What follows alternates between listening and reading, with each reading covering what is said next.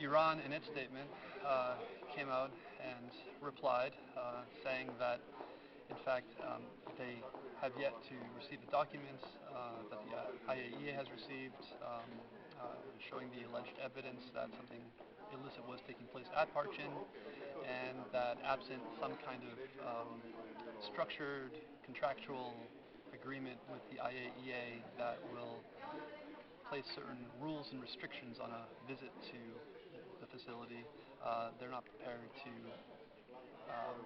what they call write a blank check for wider inspections.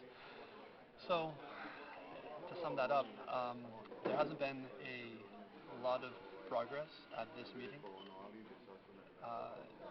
There has been far less rhetoric at this meeting, which, depending on how long we've been here, may be a sign of some progress. But we're essentially left waiting for the next rounds of the P5+1 talks. There's a technical briefing, technical round of talks in Istanbul later on this month, followed by the political round of talks in Almaty in Kazakhstan in April, and I think that will be the guidepost that observers will be looking at.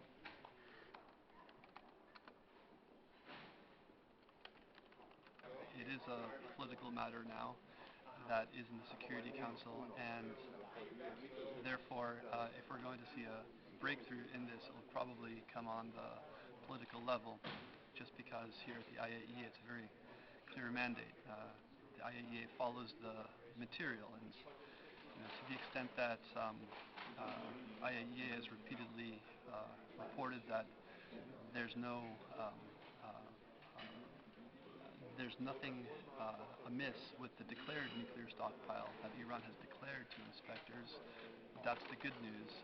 The bad news is that the IAEA is in a position where they've been asked by the UN to also try to make assurances that there's not undeclared activity going on in Iran, and that's a lot tougher.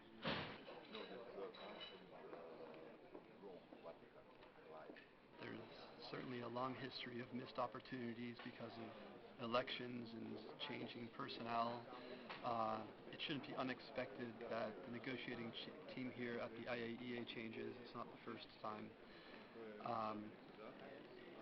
If you listen to the parties to the negotiations, both sides will complain that their negotiating partners don't have the capacity to make decisions, and it's indicative of the kinds of challenges and problems that this process faces, because it's at a very basic level where the negotiating parties don't know whether they can trust the person sitting in front of them to speak for the government or to make decisions. So today, you heard Ambassador Sultanei referring to the last rounds of negotiations with the IAEA and questioning whether the Deputy Director of Safeguards was in a position to make decisions on a work plan.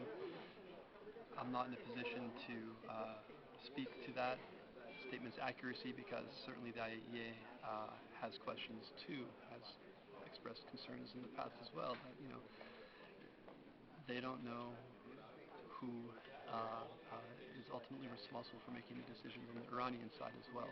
So it's a very complicated dance that continues.